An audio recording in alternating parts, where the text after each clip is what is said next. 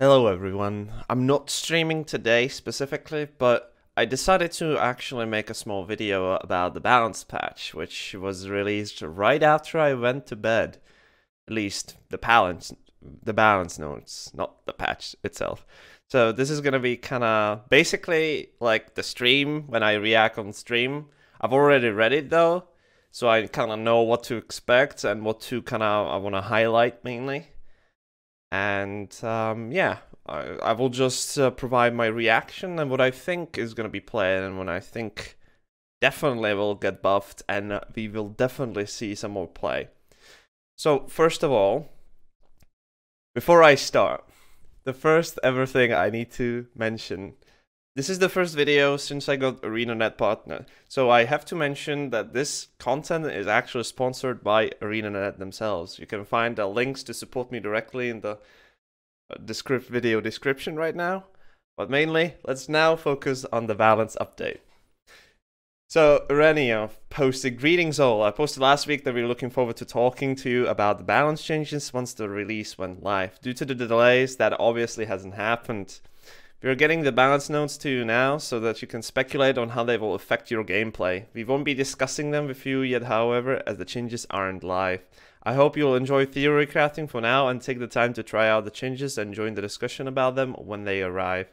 As a quick note, it is easy to judge in isolation. I think that you can say how the full set of changes in tandem will affect theory."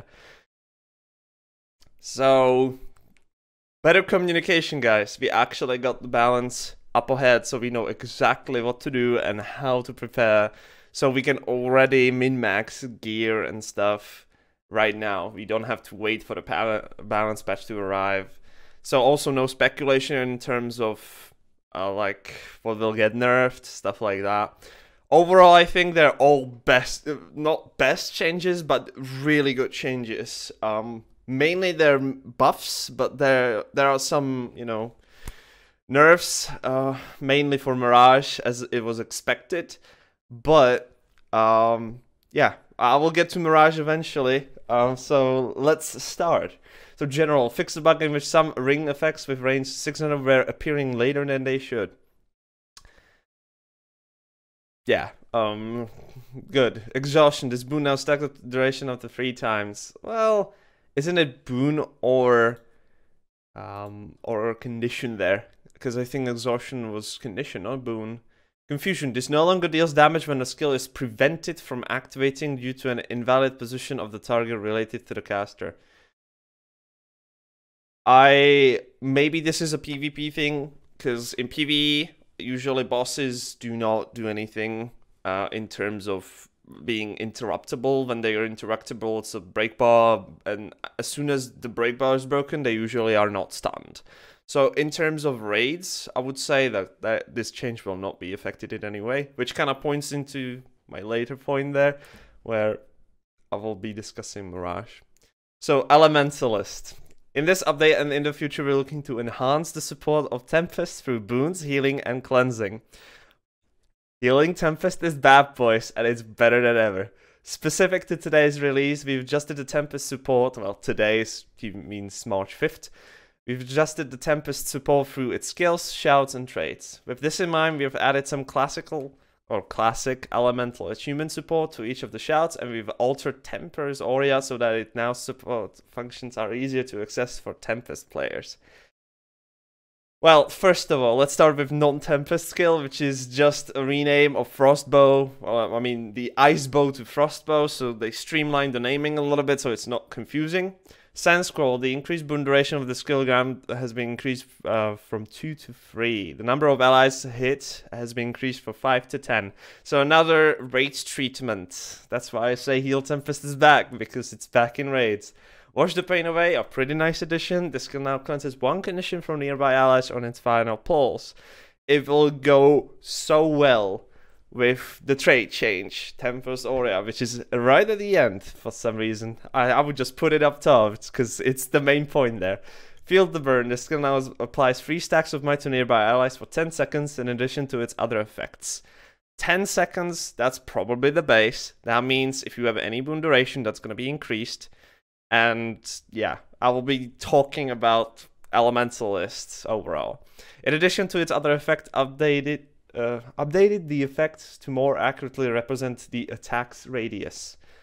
Updated the hit detection to be more consistent at close distances. This is probably the issue people were complaining recently about the rings or shockwaves coming out of us or the enemy, and if you're standing directly in the middle, you're not affected if you are truly standing in the middle. So this probably fixes this for Field of Burn. Flash Freeze. This now applies 4 seconds of regen to nearby allies in addition to its other effects. Pretty good change. Again, it's going to be affected by boon duration because it's a boon. Therefore, if we have, let's say, 50% boon duration, we're going to have 6 seconds of regen, which is still not enough. But you also have to consider Chronos in the end. And the extension, which, again, I will talk about.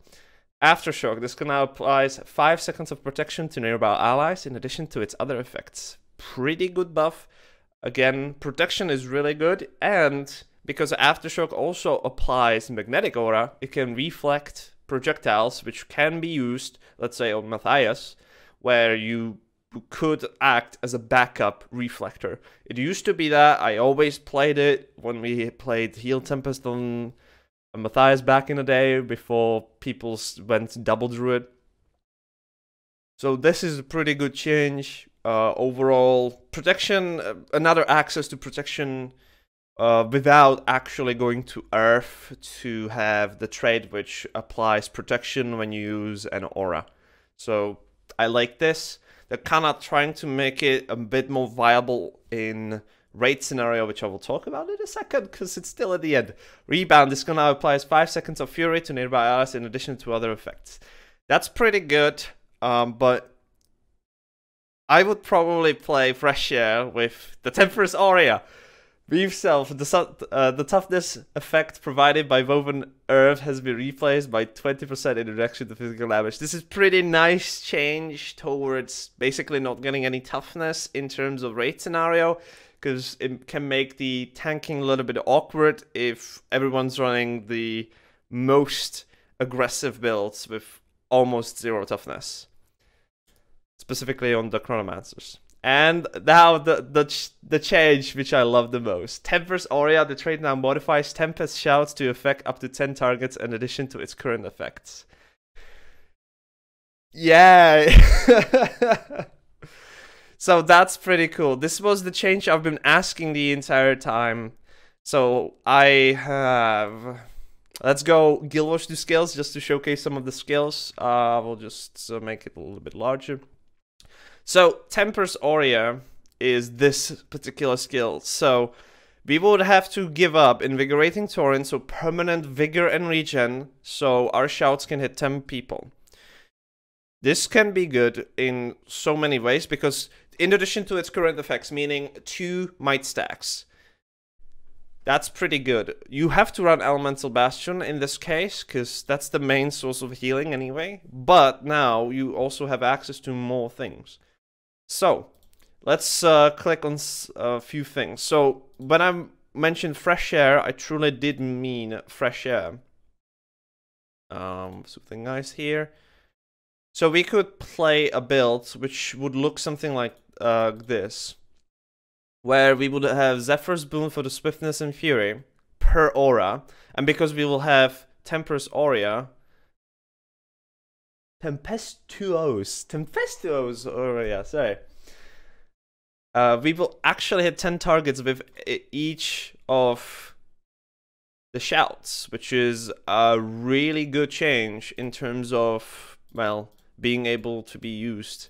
So if you would probably be running Heal Tempest, you would probably be running something in these terms, probably all shouts. And this is where the water comes in. Would you run Soothing Power or Powerful Aura? I would highly recommend maybe even Powerful Aura in terms of you running Fresh Air, because you can have higher uptime on the Shock Aura. And if you also have Fresh Air, you will not have Staff, but you will replace it with Dagger Focus, preferably, or, well, specifically Dagger Warhorn would be way better just because of the heatsink. So you would just be overloading air the entire time. Then you would swap to Earth.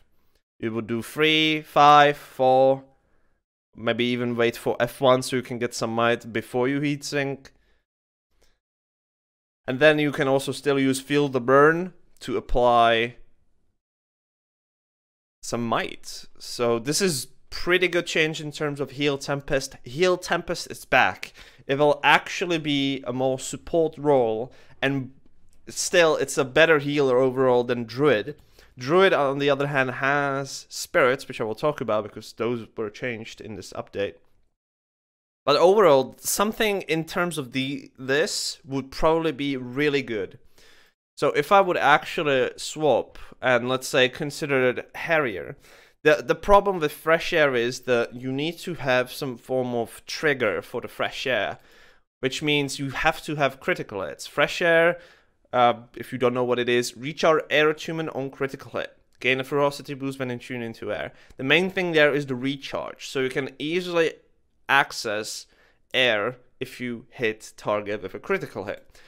So Harrier in this scenario would be pretty good, because not only does provide some DPS in terms of power, but it also gives concentration, so overall the boon's output is going to be better, and healing power. The problem there is, unfortunately, it doesn't help you trigger the Fresh Air. So if you would probably run Harrier in this case, I would probably recommend either going to Earth, just so you can get elemental shielding, or even better for Arcane, because nothing got changed in Arcane, and you could run something in terms of, like, well, definitely running the Arcane Resurrection, and if you would run this, then you would also drop Dagger of Warhorn in this case, and probably go with Staff. So that would be a little bit more centered healer than Powerful Aura. Sorry. Yeah, it's cut off by the camera. Powerful Aura would be a little bit worse in this scenario, so probably Soothing Power would be way better. Because every time you would go into any other achievement from water, let's say, oh, you know, fire, you would do the thing, you would overload, and then you will go back to water, because that's just superior healing. So that would be pretty good with Harrier. That's in terms of one build. I would also probably highly recommend Away. Monk, or sorry, Magi in this case, would be pretty good and pretty decent in this scenario. The thing it adds is Vitality, Precision, and Healing Power. With, of course, having Monk Runes, because that's a must. So, let's go Monk Runes. Let's go full Magi here, so we can see the exact stats, shall we? Magi. Okay, so without transference, without food, of course we would definitely run Rice Balls in this scenario. That's basically a must. Sorry, healing power. Yeah, Rice Balls, a perfect, another healing effectiveness modifier in terms of, well, the healing effectiveness, and it's just good to have it, right? Because you already have 15 here. Transference would also be probably one of your main thing here. So transference and probably Water Sigil. And then you can run any enhancement. Probably would run boon duration enhancement just to get that sweet small boon duration. But this would be it. And with this particular thing, we only have 50% crit chance, and this is by having precision all the time. And because of other changes done, this critical chance with Fury is 70%, which is pretty high. It's manageable because you do a lot of hits. So Magi Fresh Air would be pretty good, but you don't get that sweet boon duration you would get otherwise. So maybe running Transference with Concentration Sigil to get that extra 10%, and then also running some food which will go, yeah, high like maintenance oil. So you can get some extra boon duration. Now we have 47% on full Magi build. This would be pretty decent in this scenario, I would say. We would probably even be able to run Dagger with Warhorn in this case. That will also probably work. with Magi. And therefore you could go with air. The problem with this, because you have a minor trait here, that you gain 180 concentration if you are running arcane, that would pretty hurt your boon duration output. So there would probably be more variance in terms of going with concentration, maybe even considering some minstrel armor. For some people probably. I wouldn't recommend it because you would also be the tank, which I don't think is specifically bad. If we can get, let me say it like this: if you can get a healing Tempest, which can also be tanking and healing at the same time, yeah, that's not a bad idea. And if that Tempest can also stack all the might, why not? So this is in terms of the Tempest. So I'm very excited about this change, and I hope this is gonna bring the heal Tempest back in a big way. So let's head on to the Engineer. With this update, we're reworking one of the less reliable skill sets, Gyros. While potent, their difficulty to use and to optimize has brought them to a spot where they're not really desirable outside of a few niche situations.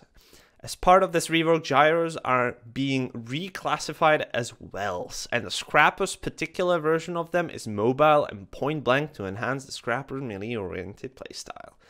So that change already is pretty interesting. I do like this kind of change to make them wells, and specifically with the next changes to the gyros. The gyro class skills has been reworked and changed to wells. Gyros are no longer targetable and instead hover over the engineer to grant their effects. So they're no longer targetable, so you cannot destroy them anymore. And they hover over the engineer, which also means they move along with it. So that provides a pretty nice melee-oriented playstyle already, as it's being said. And I can even see it being played in War vs. World a little bit more, just because you basically cannot destroy them anymore. Flame Blast. This skill now targets ground and will explode armor when it hits the targeted location. Light Strike. Fix a bug to cause the skill to display incorrect damage in PvP, and the trait is equipped with Crystal Configuration Storm. Yay. Blast Gyro tag. The skill has been reworked and renamed Blast Gyro. The gyro now creates a fire field that follows the engineer while it pulses might to nearby allies every second during its countdown to a significant explosion.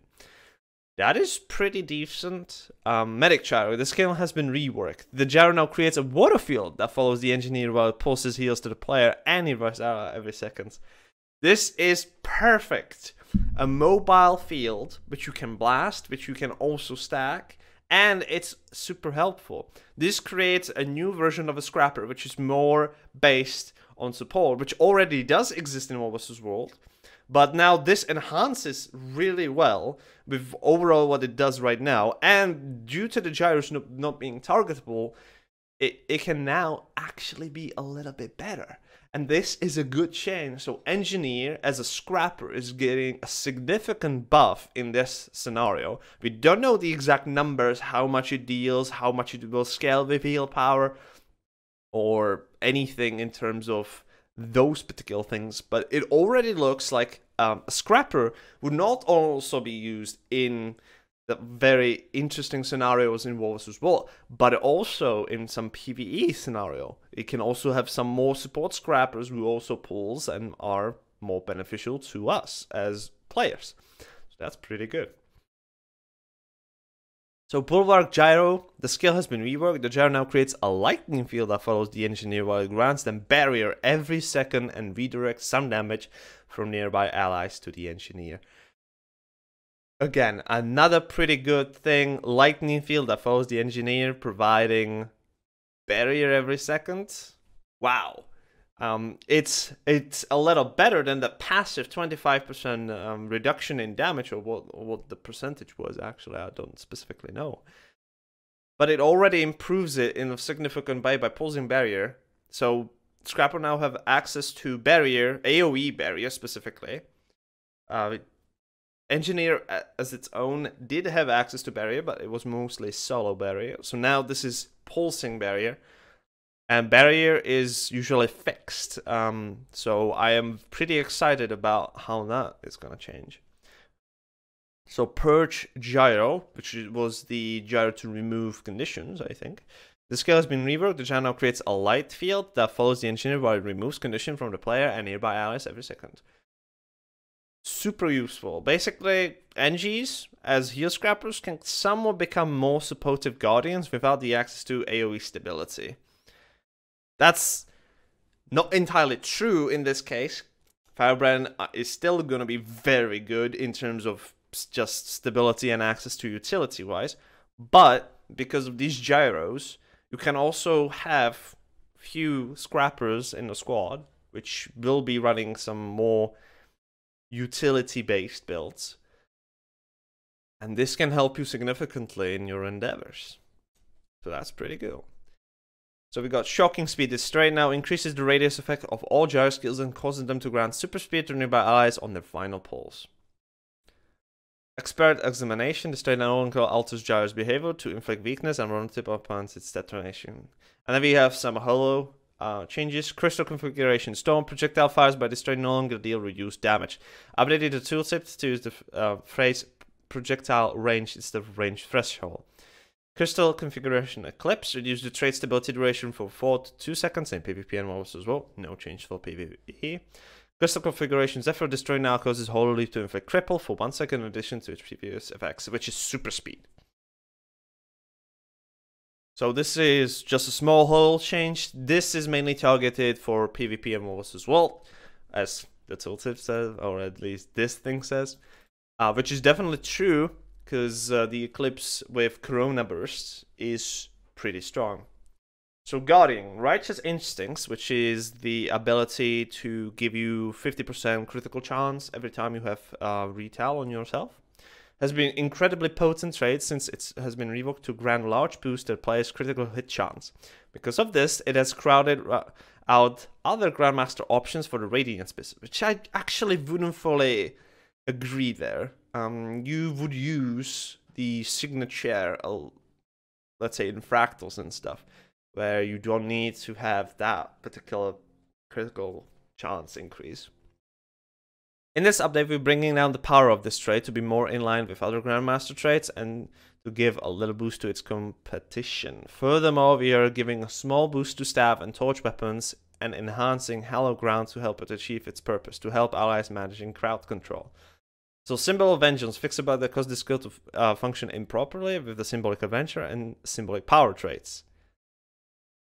Was that all the time or only sometimes in specific scenarios? Because if that was all the time and it was bugged, now Great Sword 4 now hits a little bit more.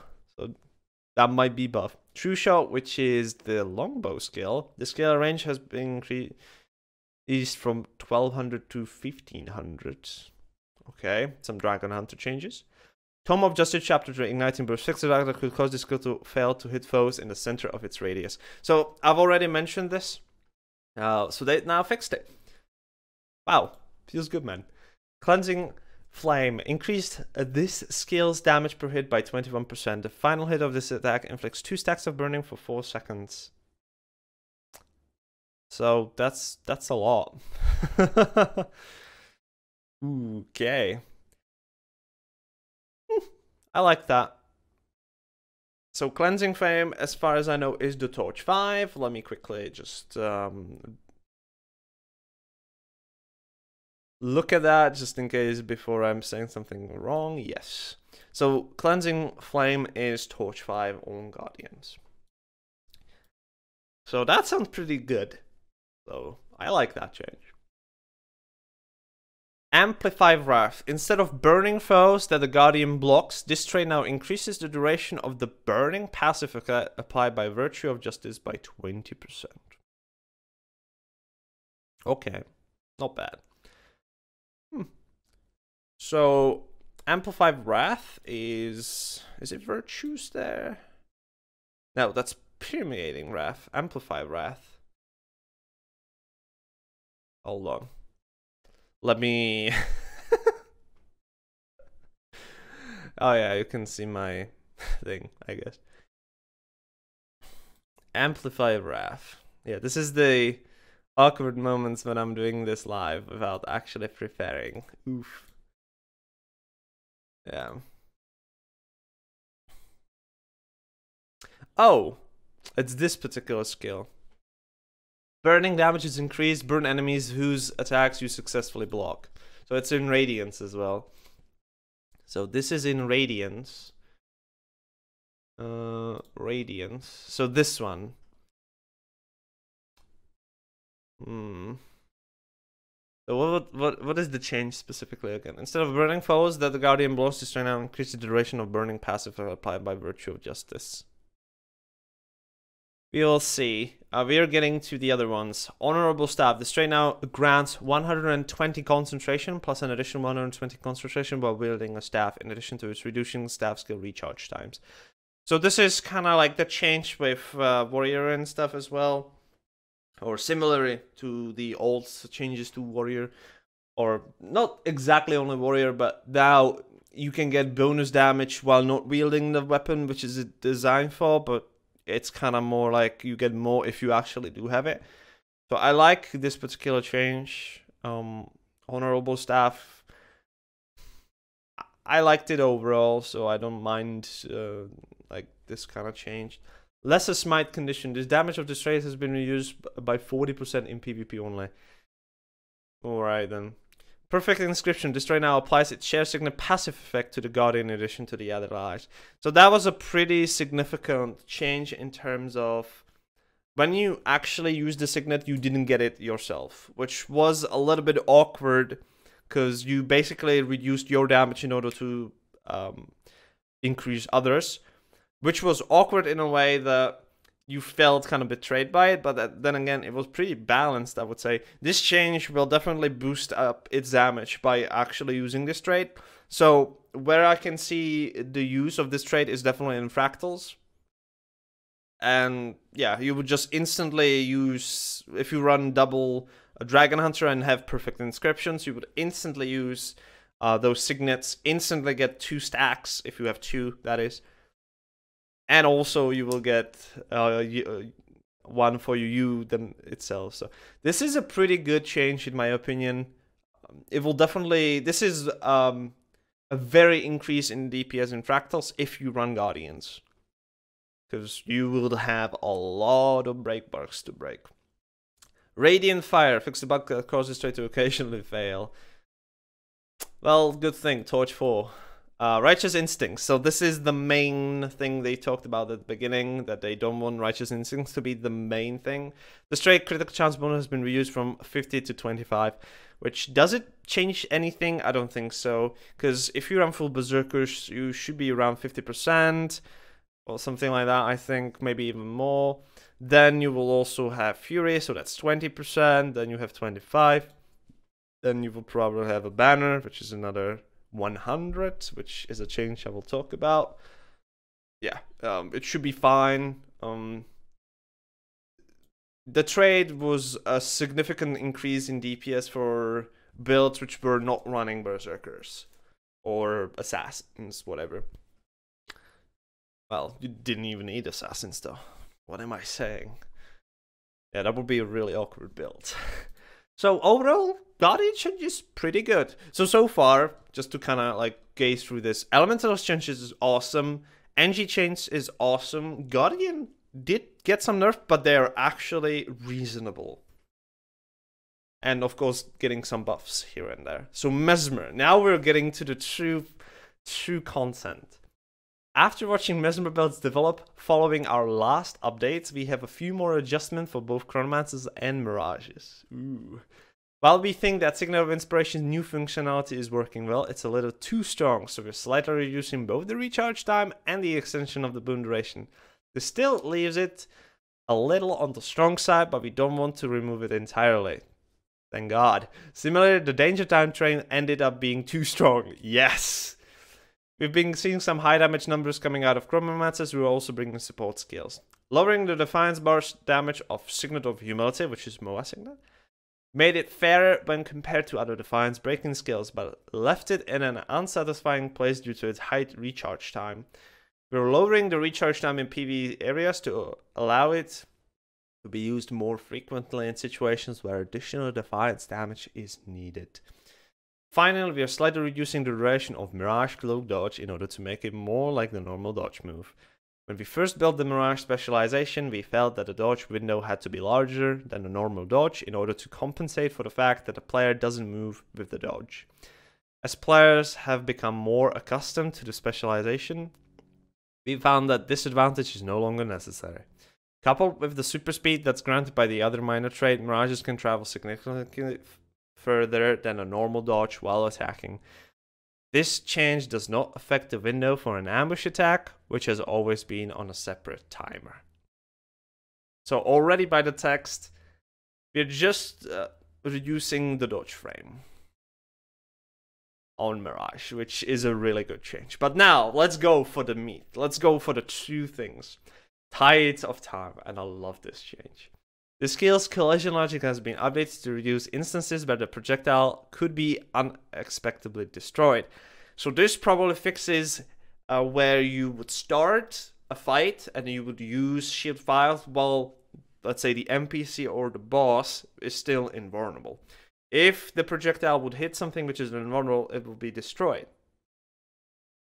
So they probably fixed that. So that's pretty good. Quality of life change already by fixing this particular thing. The returning wave now returns towards the current location of the Mesmer rather than trying to predict the Mesmer's future location based on movement speed and direction. So for those who do not know, if you cast the Tides of Time, which is shield 5, it will go to the target and then it looks roughly where you are and how fast you're moving.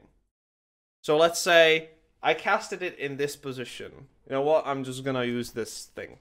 I casted it in this position and it goes to you. So let's say, yeah, it casted, so it's moving to you, and then it swaps and then returns back. That's when you don't move. When you move, let's say you're moving this direction constantly. So it will see that you're moving there. So it will predict, oh, based on your speed, you will reach, let's say, this position. So it will go back to try to connect you.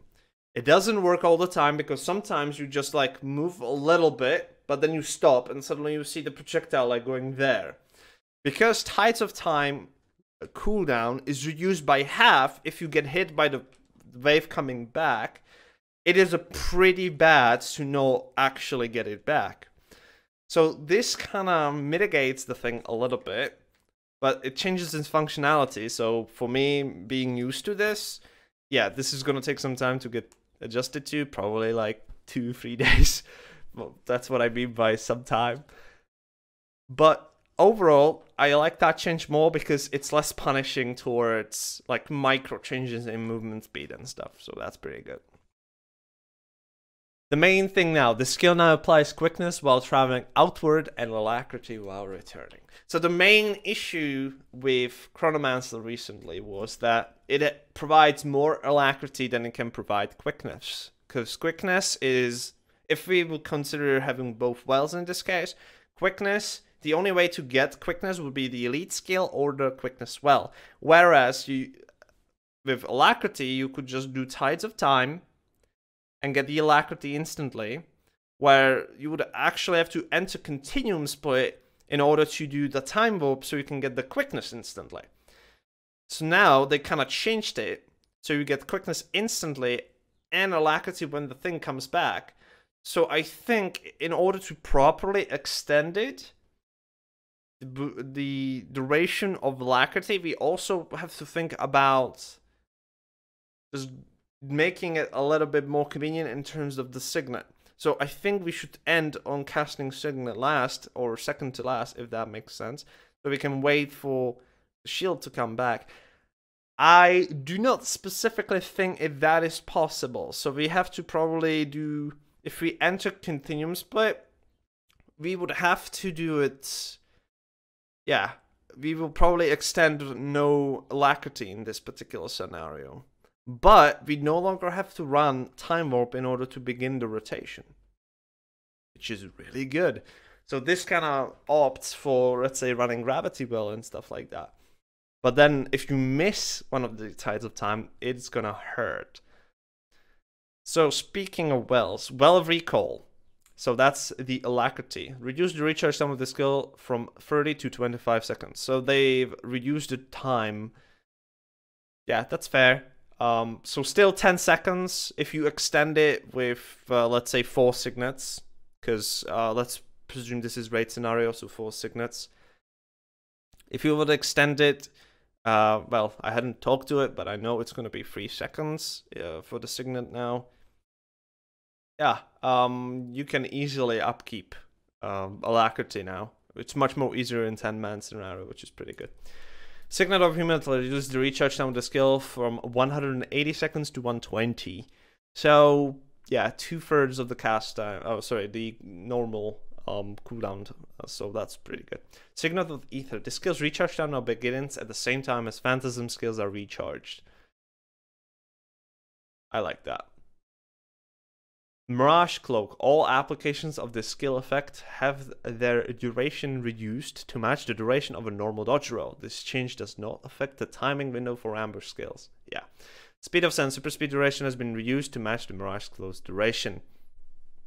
Imaginary Axis. Reduce the amount of torment stacks applied in PvP and Wolves as well from 3 to 1. Oof. This skill can no longer be used on targets behind the Mesmer. Interesting. Ambushes, so this can no longer be used on targets behind the Mesmer. Split Surge, this can no longer be used on target behind the Mesmer. So this kind of mitigates where in PvP mainly, you would be running away while still doing extreme heights of damage to the enemy trying to follow you. Pretty good change. So Signet of Inspiration, I've kind of mentioned it already. Lower the extended duration of boons this skill grants from 5 to 3. Lower the recharge time from 30 seconds to 20 seconds. Lower recharge is definitely a good choice in this particular scenario because of the lower boon duration. So we got 3 seconds. We have 4 signets in the open rotation, therefore we can apply extra 12 seconds on whatever it is. Yeah, it's pretty reasonable in this case. Axis of Symmetry, which is the Mirage trait. Reduce this skill's that is it? No, it's not the trait, it's the X skill. Reduce the recharge skill damage involved as well in PvP version of the skill. The number of confusion stack that this now applies is free in all game modes. So that's the X free. Yeah, sorry. Illusionary Ambush. Increase the recharge time of the skills from 20 to 35 in PvP and paying as well. Okay. Mimic. Reduce the recharge time of the skill from 40 to 30 seconds. I kind of like this change. It makes running Mimic a little bit more less punishing. And you can also probably get 2 Mimics into 1 rotation somewhat. When you will be running Signets. When you will be running Well and Mimic. Or let's say Phantasm Disenchanter and Mimic if you run double Chronos. I like that change. Cry of Pain. The number of confusion stacks of the trait allows Cry of Frustration to apply has been decreased from 2 in 1 on all game modes. So that's a Mirage nerf overall across everything. So Mirage damage is a little lowered. But that's just the trait change. So it's not affecting as much. Mirage is still pretty good. No ambush skill got changed in this particular scenario, so that means Largos is still going to be fine to be killed if you run Scepter, let's say, because it still does extreme amounts of confusion despite F2 is being nerfed. Danger Time. The bonus critical hit chance from this trait grants against slowed enemies has been reduced from 30 to 15%. Yes, that trait was absolutely busted. I'm glad that's changed. Ooh. Necromancer. So Necromancer changes. As we continue to update Necromancer, we're looking at each of its elite specializations and moving them toward their expected roles. Scourge applies a bit too much instant corruption pressure in a large group of overworld settings by simply laying down shades. We've reworked Unending Corruption and renamed it Herald of Sorrow to address this. The rework trait now acts more like a delayed version of Boon Corruption that also grants an area of effect barrier. Reaper has been has seen an excessive loss of damage with the update on its trait in the last patch. We'll be pushing some of the damage higher through the skill updates in PvE, but we'll be mostly leaving it alone in competitive modes, as all the Necromancer specializations have a healthy representation in competitive game modes. That's actually pretty true. Reaper is really good soloing and just being roamer in War vs. World, stuff like that. While Scourge is very annoying, more like a team player. Corruption. In War vs. World scenario, yeah, laying down shades, corrupting is really strong. So Nightfall, which is great for Thor. The damage has been increased by 50% in PvE only. Ooh. Greatsword Reapers are coming back. Maybe. We'll see. Desiccate. Fix the bug that skill image gram apply in larger radius than the listed value. Remove an unlisted roll finisher. Reduce the casting time from 1 second to 0.75 seconds. Increase its damage by 150%. The skill now grants a bonus 2% life force for each target it strikes. Whew. I guess it's a new option. Oppressive collapse, which is Torch 5. Fix a bug that prevented the skill from granting might when used on targets in a down state. Didn't know that was a bug, but it was fixed. Enfeebling Blood. Increase the amount of bleeding stacks that this skill applies from 2 to 3. Alright, I'm fine with it. You are all weaklings, so we're getting to the Shouts of Reaper. Reduce the recharge time of the skill from 30 to 25 second. Increase its damage by 40%. They said they think it's very healthy in competitive game mode, but they do not mention that this is PvE only. Okay. Nothing can save you. Reduce the recharge time of the skill from 25 to 20. Increases its damage by 40%. Serpent Siphon. Fix the bug that caused the skill to list an incorrect amount of barrier. Reduce its recharge time from 30 to 25 seconds. Increase its damage by 21%. Okay, Spectral Ring. The description of the skill, facts for the skill has been updated to indicate the amount of life force that is gained when fear is applied to a foe. Alright. Cold Shoulder. Increase the amount of bonus damage that this trait grants from 10 to 15% in PvE only. Ooh, nice. So Herald of Sorrow, which is what the Unending Corruption changed to. So Herald of Sorrow. Equipping this trait turns Desert Shroud into Harbinger Shroud. Ooh. Which removes the pulsing effects of Desert Shrouds and instead shifts into a single detonation after a 3-second delay. This trait deals damage, corruption, and conditions in one strike while providing barrier to allies within the vicinity. So it's more like a range bomb, literally, with on delay and like range well on delay. We'll see how that's gonna work. I like these changes when it directly changed something already about the specialization or the core mechanic of a profession. Like changing, let's say, one of the 5 attacking skills, if I consider the Guardian Hammer, Hammer 2, or even in terms of Necromancer, Scepter 3, if you have the other trait, to make it the Devouring Darkness. That's a pretty good change. I am pro this. I always like when a skill changed based on a trait you will equip. That's a pretty good, nice way to balance. So overall, Necromancer is going to be a little less annoying, at least that's what they're trying to do. But also they will try to buff Reaper in PvE, which is, yay, we're going to have some some Reapers in PvE again. So that's pretty good. So Ranger, now we're getting to the support, why I kind of talked about Elementalist being really good right now. The changes to this, yeah. So Ranger, in our last balance patch, we made a few changes to Nature's Vengeance to tweak the boons provided by each spirit. In this update, we've applied major changes to the spirits themselves. Active spirit skills are generally not usable due to the high cost of sacrificing the spirit and the localized effect that the sacrifices causes. We are changing these active skills to teleport the spirit to the player's location before the spirit uses their skill. Additionally, we are removing the 100% health sacrifice. In exchange, spirits no longer have percent time duration for how long they can stay alive and instead lose health as they passively enhance allies. This is intended to provide a more dynamic gameplay experience than their current cast on recharge functionality. Of course, spirits can still be used in this manner, but proper use of the Ranger healing skills and more powerful active skills to reposition and attack with the spirits will yield stronger results. Amazing change. I'm getting some vibes of Ritualists here. Finally, we were able to teleport spirits to us and also be a little bit more useful. So first of all, these are some Soul Beast changes. So we got changes to stances, Bear stance, Doliac stance, and the Share stance, which is one wolf pact, right? I think.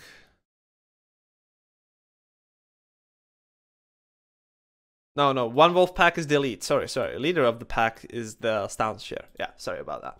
So Bear stance, the duration of the skill has been split between game modes and is increased from 4 to 5 seconds in PvE only. Okay. Soul Beast buffs. Interesting. I already thought Soul Beast was really strong, but alright. Doliac stance, the duration of the skill has been split between game modes and reduced from 6 to 5. Okay, so that's a nerf. One wolf pack, the duration of the skill has been split between game modes and reduced from 8 to 6 seconds in PvE only. The casting time of the skill has been reduced by half seconds. Okay. Leader of the pack, which is the stance share. The increased duration that this trait grants the ranger has been split between game modes and reduced from 150 to 120 in PvE only. So no change for PvE. So I like that. Wow, so let's go with the spirits. Spirits have been reworked as follows. When a spirit posits its passive effect, it loses health equal to a percentage of its maximum health, which is 7.5% for non-elite spirits and 3% for elite spirits. The effect radius of a spirit's active skill has been reduced from 1000 to 600 for all spirits. So that kind of forces you to reposition. I'm always looking there because that's where my camera is. Sorry, I like to look at myself, which is a little awkward. You know what? I'm just gonna let me put this here so I don't look at myself. It's just a habit because I have chat there, you know, so it reacts. Spirits now die automatically if the ranger moves away from the spirit beyond the range of 500. Spirits also die automatically if the rangers transition between water travel and land travel. So when you enter water, you will lose spirits now. Fixable that caused underwater spirits to use their unique skills when killed. Interesting. That was a bug. So let's go with the active skills. Spirit active skills. These skills no longer sacrifice the spirit and instead cause them to teleport to target's location. Oh, sorry, the ranger's location before the spirit uses their active skill. These skills now have a quarter-second casting time. The recharge time for these skills remains at 20 seconds. Water Spirit. Aqua Surge. This skill no longer heals the spirit that casts it, but still it heals everyone else, so that's pretty good. Spirit of Nature. This spirit no longer benefits from its own pulsing heal effect. Reduce the healing per second that this spirit grants to 101 at level 80, plus 3.5% of your healing power. So investing more healing power into you will yield better results in terms of Spirit of Nature. Which kinda, I will talk about it at the end, actually. So active skill, Nature's Renewal, which is the one which resurrects people. Reduce the recharge time of the skills from 120 seconds to 40 seconds. Reduce the radius of the revive pulse and condition cleansing effect from 600 to 240, which is a lot less. Each ally revived by this spirit causes the spirit to lose 30% of the maximum health, but it can still revive up to 5 allies. Reduce the number of conditions that are removed from 5 to 3. Storm Spirit. Reduce the duration of vulnerability that this skill applies on foes from 10 seconds to 6 seconds. So that's somewhat a nerve in terms of Largo's fight, but will it be that strong? We will see. Or that significant enough? We will see. Sun Spirit active Solar Flare. Reduce the duration of blindness that the skill applies to foes from 8 seconds to 5 seconds, and reduce the duration of burning that is applied from 3 stacks for 5 seconds to 2 stacks for 4 seconds. So that's a nerfed overall for any condition class in this particular scenario. But then again, that's the active skill, so never mind. That's actually not true. It's still pretty good then. Sorry about that. I just realized that's the active skill. Reduce the effect size to more closely match its range. Soften the Fall. Reduce the duration of immobilization that this trait applies to foes from 3 seconds to 1 second. Ooh, nice. Reduce the duration of crippling from 3 to 2. So that's mainly aimed for PvP because it was very annoying in PvP as far as I know. Added a tooltip that shows the internal between pulses. Muddy Terrain. Fix the tooltip that shows the incorrect value of the intervals between the skills pulses. Ambidexterity. ambidexterity. Okay, sorry, I'm not gonna read it again. This trait no longer spreads in game modes and now uses its highest stat value in all game modes. Okay. Bonfire. Increase the duration of burning. That skill applies from 2 to 2.5 seconds. So bonfire is torch 5, which means that this is now affected by condition duration. So this is a small buff towards condition soul beast, probably. Or it's aimed there. Poison Master. Fix about caused this trait to fail if the ranger was in down state. Fix about that prevented the effect applied by this trait from being moved. Okay. Yeah. Just bugs. Fix this. Nature's Vengeance. This trait now reduces the passive health sacrifice from spirit by 33%.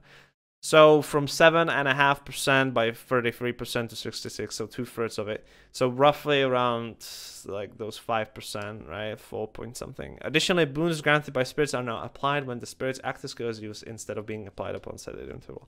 So this was kind of the main thing I was trying to like mention before, but let's finish the changes and now I'm gonna recall some of these things. Boon duration has been increased as follows. Spirit of Nature now grants 3 seconds of stability. So that's the elite. Water Spirit now grants 5 seconds of regen.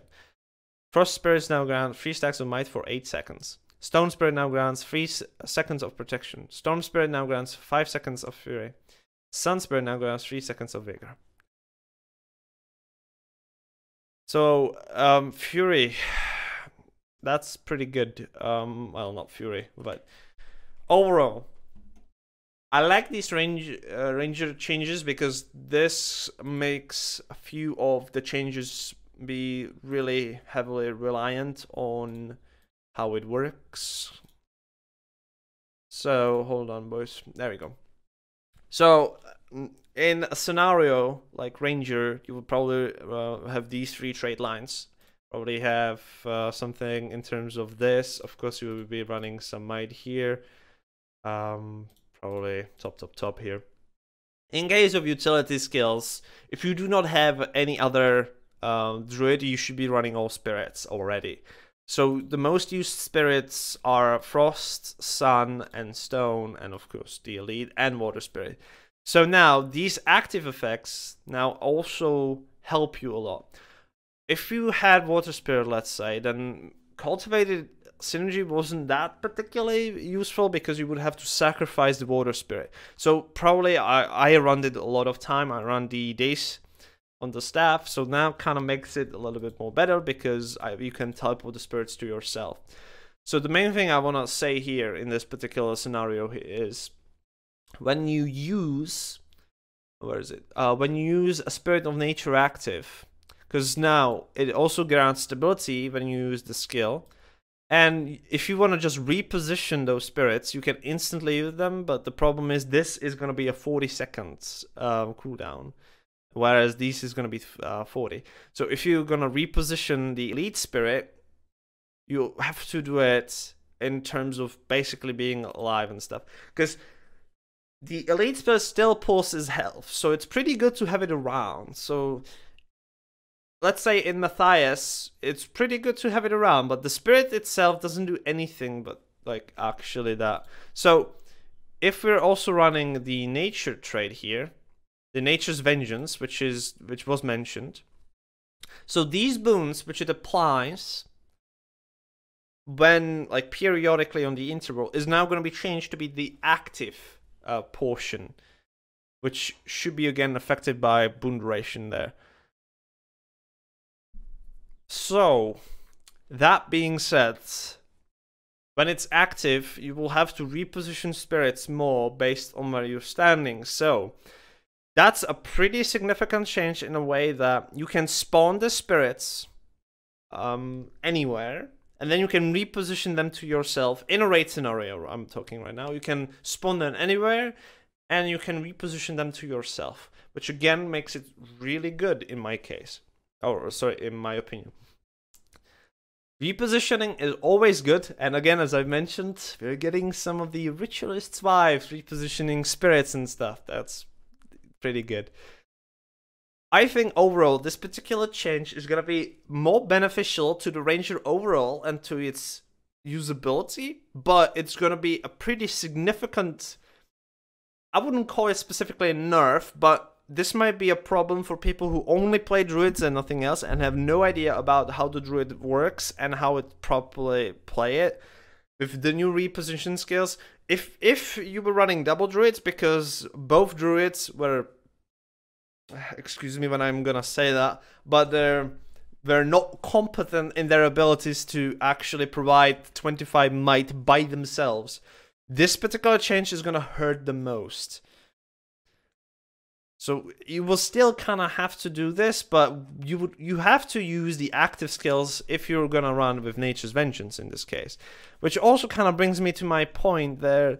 If you do not have Nature Magic and you, let's say, have a Soul Beast DPS and he takes one of the spirits, he can now reposition it as well. And that's a pretty good thing. In my opinion, I think that is the best thing, because it makes the Soul Beast a little bit more utility in terms of druid spirit things. Like the Nature Vengeance was the main thing which kind of divided these two. But now, because of the addition to Heal Tempest, you can also have Soul Beasts as doing spirits, while you can also have Heal Tempest, let's say even double Heal Tempest, but I think like one Heal Tempest is going to be way more than enough these days.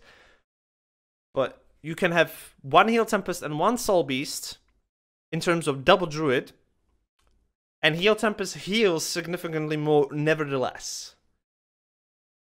But if you truly want to have the Might and Fury in this particular scenario, that particular Heal Tempest would probably have to run Warhorn for the heatsink. So that kind of limits the amount of healing you can do to be more of a skill-based healing than something else. One thing I had to mention in terms of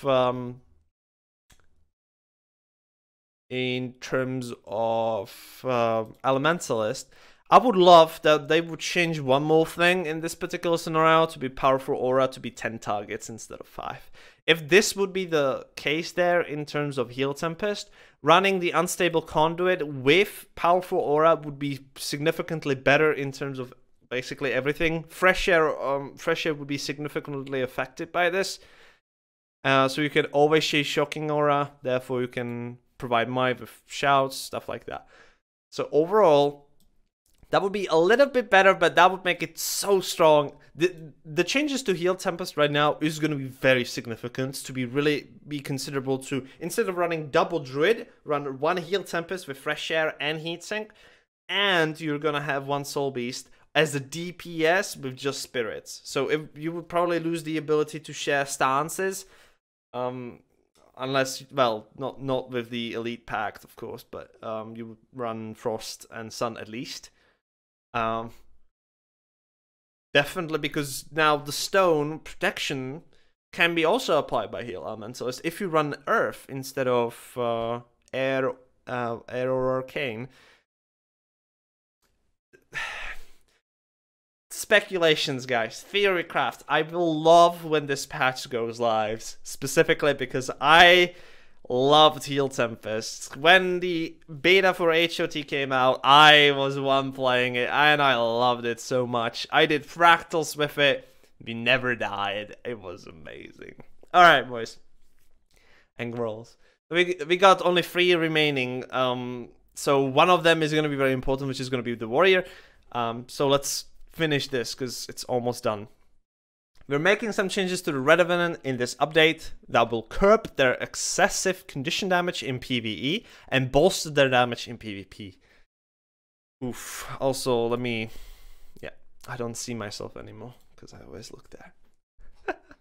Additionally, we're making a few changes to help power builds that are struggling in PvE but doing well in competitive modes.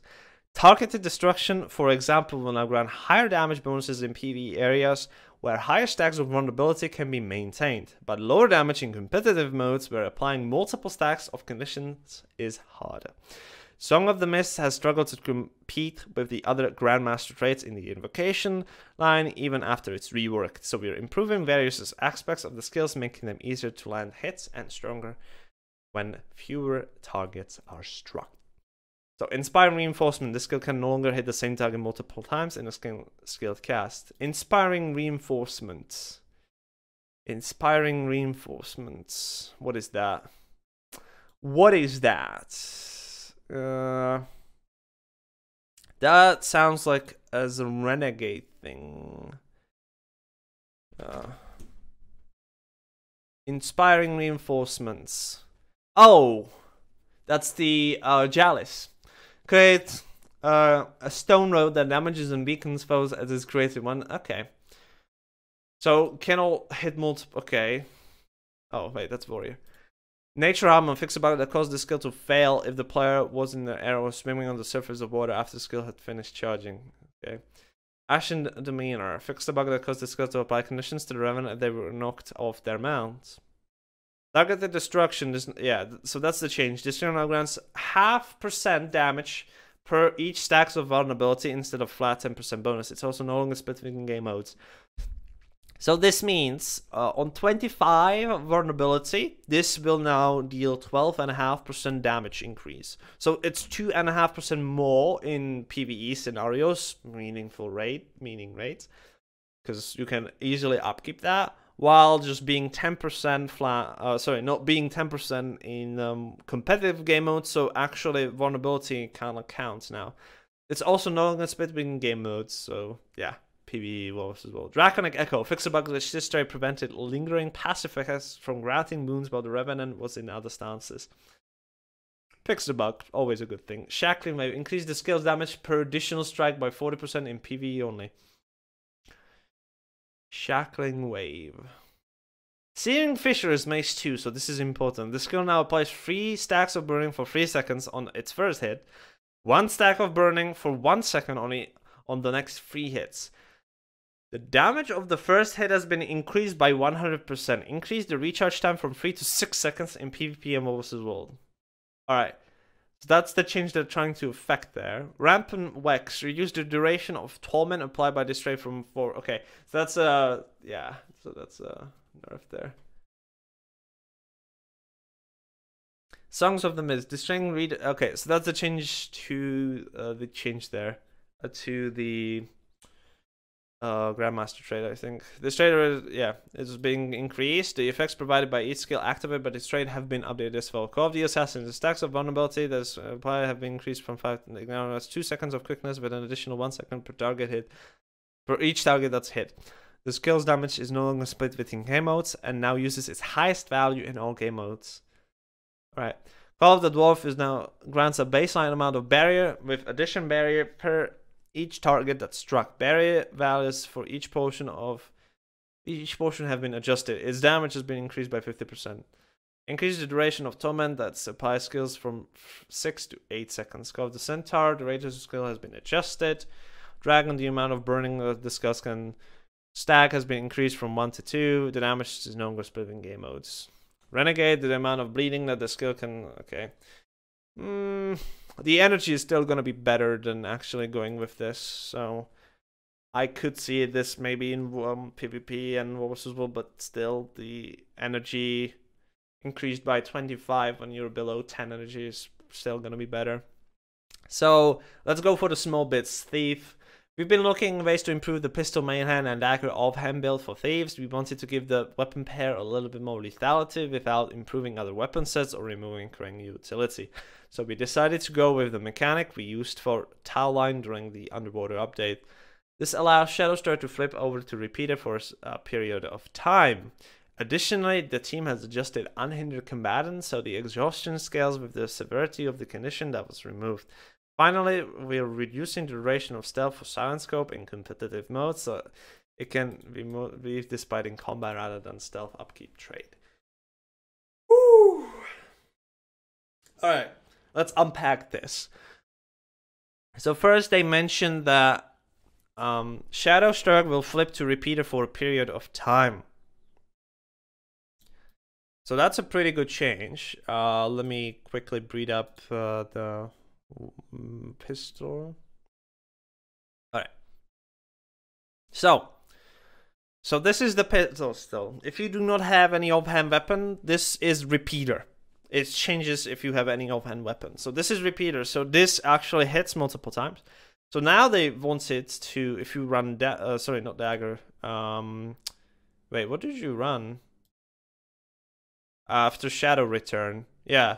Should be dagger, right? No, that's Shadow Strike. Hold on. This allows Shadow Strike to flip.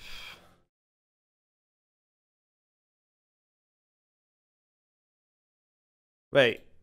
It might be this. No, that's Shadow Shot, not Shadow Strike. God damn it. Oof. Hold on. Shadow Strike. This now grants a repeater for 4 seconds upon landing a successful melee hit. I think Shadow Strike is the funny name for... Hold on. Yeah, wait, this is Shadow Strike. Oh, so I was correct. Hold on. So I showed it correctly. I was just being bad. So it was the opposite way around. So it's this then. Yeah, that's how did I not see this? Yeah. So when you use this skill, it now becomes a repeater, which hold on, pistol, swap weapons. So it now becomes this skill if you land a critical hit. So this skill makes you teleport away from the enemy, and then you can use repeater. And that's a pretty good change in terms of what you can do with these things. So sneak attack, increase duration bleeding, let supply, repeater. The build for the pistol made him with no offhand weapon. The damage of this skill has been increased by 20%. Striking a foe with this skill now applies 4 seconds of bleeding per hit. So yeah. Shadow Step. The window to Shadow Return after using this skill has been increased from 10 to 15 seconds. A tooltip has been added to show the window's duration. That's pretty good. Silent Scope. The duration of stealth that the stray grants has been reduced from 3 to 1 second in PvP and versus World. Unhidden combatant. The duration of exhaustion that the stray applies when dodging is now 2 seconds if crippled is present, 3 seconds if chilled is present, and 4 seconds if immobilized is present. Exhaustion will now be applied when the dodge is initiated. So not after you dodge, but right when you dodge. Lead attacks. Fix a bug that straight allow players to enter combat with more stacks than damage effect than intended. Alright. So that's Thief. Not that much, but Warrior is going to be the main talk point, I would say, in this particular scenario. Banner skills have long been very passive in nature. Today we're releasing some changes to give them a bit more gameplay, while also reducing their granted attributes to give greater role flexibility in group settings. However, we do think that the Warrior gives up a lot in order to use them. So we're increasing the bonus stat gains when Warrior equip traits and modified banners. As a larger change, we're also removing the bundle skills from banners and changing the pickup animation to now recharge the banner skill. Previously, the banner skills could be a trap for players, providing weaker skills in a bundle that anyone could interact with.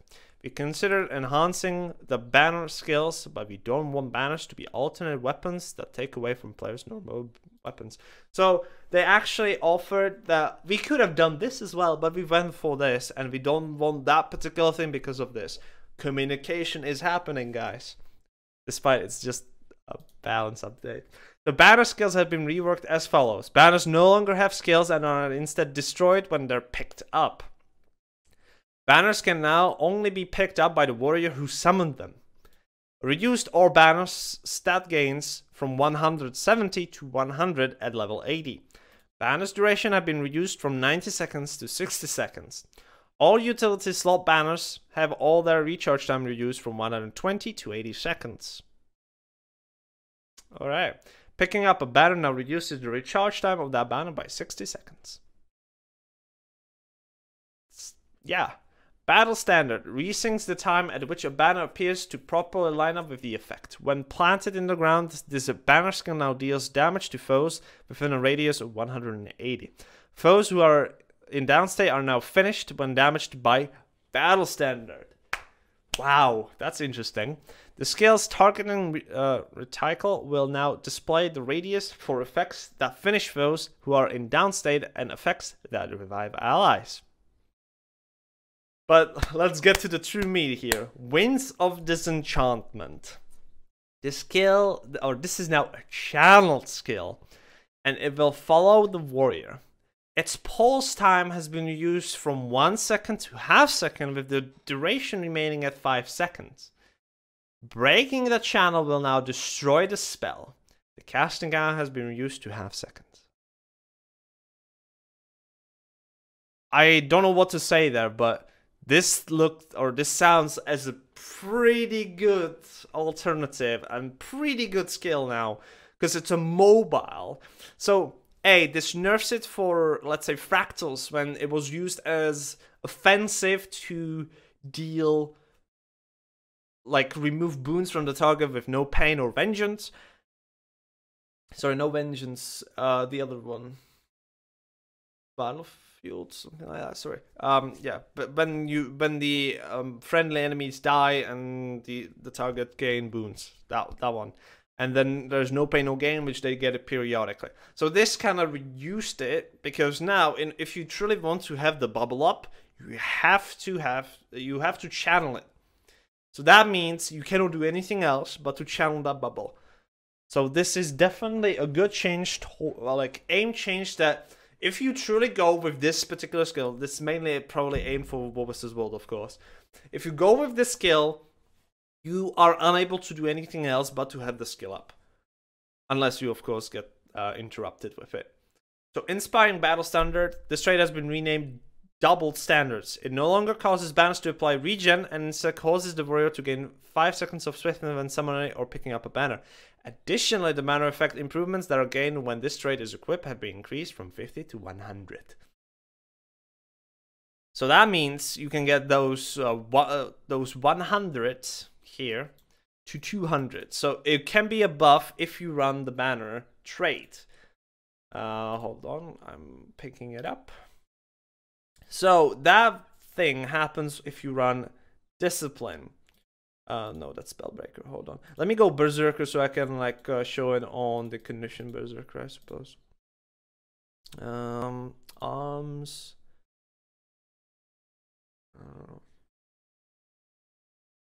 There we go. So something like this. So Destruction of Empowered is pretty good skill, but would it be used in PvE as much in raids? What can gain boons, right? That's the question there. Probably Zera, right? But not everyone. So you can kind of go with the standards, battle standards now. So it now improves it by 100%. So that means you can get 200 stats out of banners. So you're gonna get 30 more, which is 1 extra percent. 1 extra percent in terms of critical chance, because it's 21, right, or 20. Oh, okay, 1.5 then. Over the old variant. I like that. Mainly, Discipline is now becoming a way better alternative to actually having tactics with Empower Allies. Empower Allies is probably still good. This is the condition variant, guys. Of course, you could run different traits. But Empower Allies is pretty good, right, for power classes. But Discipline is better for Warrior. And you would get more power if you would actually have the battle standard or Inspiring Battle Standards. So that would be better because it's 10 man than actually doing the 5-man increase. So I'm very confident that after the patch, it's going to be Discipline only with Inspiring Battle... Well, this is called Inspiring Battle Standards, but... they changed it to Doubled Standards. So this is going to be, this trait's name is going to be Doubled Standards. And I like this change. So they remove the regen, but it just make the banners being 100%. And I think this is a perfect change for Warriors to make the banners a little bit different. The only thing which I have to mention here, I'm looking at my face again, hold on. The only thing I have to mention here is that this particular change will kind of change it for fractals. So if you ran Warrior in fractals and you were precasting all 4 banners, which you could, but you didn't have to, this change is basically useless, dude. You cannot even precast the banners anymore. You just have to drop them down when the thing happens. Let's say, yeah, when you usually GG, the banners stay up, so you can just respawn, quickly do the thing. Then you come back, you will have the time, you can drop them, easy done. So I think this is a pretty good change overall to everything. I really do like this change, and I think Warrior is going to be a little bit better in terms of basically always running Discipline, so that's higher damage for Discipline, while as well providing the increased damage for everyone else. So that's definitely a pretty significant change. The battle standard right now, the improved one, right? When you, well, hold on, battle standard, I meant the trade here. It gives more. Because it was 50% before, so this is a reduction by 55. But because of the nerf to that banner, I think the doubled standard will be still better in this case than actually going with the empowered allies there. Because it has the same effect. This would double banner, which is the trade which is going to be, like, this trade is going to be renamed to that again, is going to be improving by 100%, which is the base stat is 100. That means times 2. So that's 200. That's exactly the same bonus effect as running empowered allies. While, yeah, I think this is a much better change. It will lower down the toughness. I mean, it will lower down the precision and ferocity and power. If you ran that trade before by 55, which is not like small amount, but it will not kill the current min-max around having 170 stats from banners themselves on some classes, like Holosmith and stuff like that. You can run Holosmith without Spotter if you have full Ascended and you go, I think, 5 precision infusions. So now with this change, well, 5 precision infusions is 25 precision. Well, you will get 30 out of the banner. So you no longer need to have that. So you can replace those 5 infusions with 5 power. So 5 precise infusions with 5 power infusions to increase the power by 25. Which again, the banner is now increased to be 200 instead of 170. So you get the 30 extra on top of that. So 55 more power. While also having 30 more ferocity. So overall, that change is going to be 10-man, and it's going to be a little bit better, and I like that. And that's it, guys. That's it. That's all the changes. I'm glad I kind of did this off stream as well, so I could kind of wrap the things around. It's going to be a very long video, but I hope you like my view on these things, and I love the changes. I think this is a perfect way to go. These changes do have meaning. They're not, let's say, like, stupid in any way. Like, why would you change this or something like that? They're mostly buffs. They are mostly buffs, and that's what I like about them. And mainly, they change gameplay again. So, some people do not consider it as content. I do. But, yeah, that's it. So, I like that a lot. So, thank you very much for watching this particular long video when I've talked about the balance. I did this live, meaning I just did it in one recording without anything else.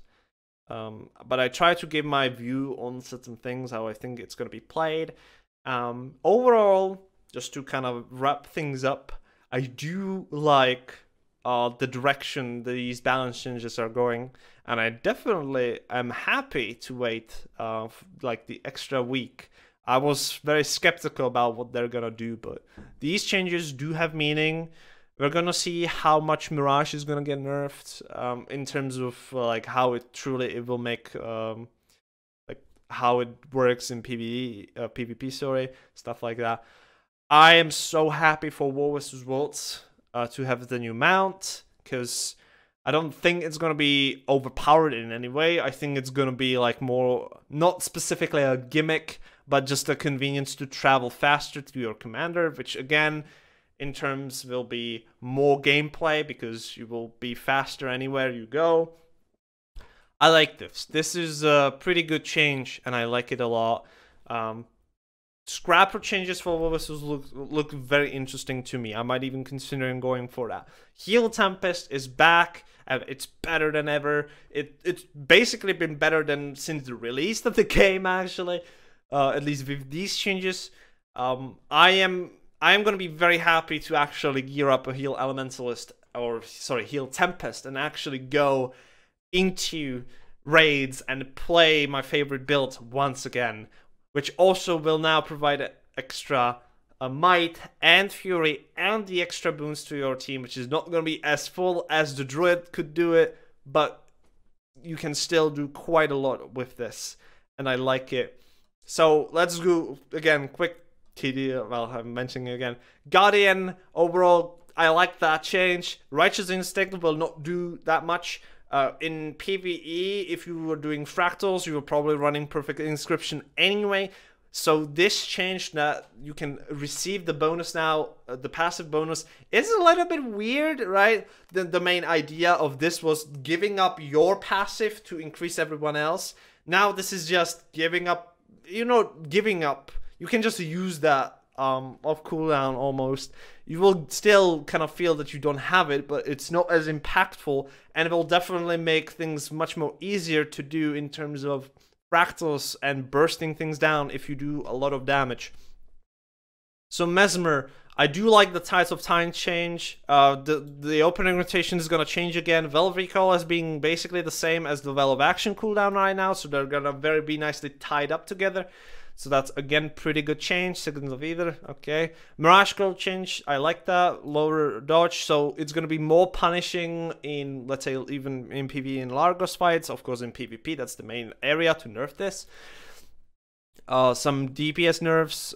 Danger Time got the nerf, which is also kind of needed. Necro changes. I am very excited about the Herald of Sorrow. I want to see how it works. I like the Reaper changes. Power Reaper might be back in PvE, so that's pretty good. Ranger overall, becoming a Ritualist now. Being able to move spirit, teleport them to yourself. I like that it kind of brings up the more active gameplay around the spirits than just being there like passively. The way that you need to heal them is pretty good in my opinion, because if you actually are a properly good Ranger, you're gonna overheal your allies anyway. If you are a solo Ranger, you have to anyway to upkeep the might. So that kind of makes it so much more easier to upkeep the spirits as well, because the overheal, when everyone is full health, you will heal the spirits, so they will never die. And that is a good change in my opinion. So Revenant, we got some nerfs in terms of Renegades, some changes in terms of PvP, which I've seen on some streams. Yeah, Revenant was too strong. Thief, okay, I'm okay with those changes. I think Thief is the only profession which didn't get updated in like a significant way. But maybe we see the Pistol Dagger built a little bit more. Because of the repeater and stuff like that. Warrior was very interesting in terms of the banners, and I do like those banners. So that's a small, you know, too long, didn't listen. Because, yeah, it was a very long video. I hope you enjoyed this video as much as I did actually recording it offline, which is the first time I did this. So, yeah, guys, that's it for me. Again, I am mentioning this is the first video when I'm an ArenaNet partner. So this video was brought to you by ArenaNet. And of course, Guild Wars 2 in this scenario. Thank you very much for watching, guys. And I hope you guys, I will see you on my own stream. We're gonna do more of these builds. We're definitely gonna play some of these builds when they release. And it's gonna be amazing. So I'm very excited about this. And thank you very much for watching. See you guys on my stream.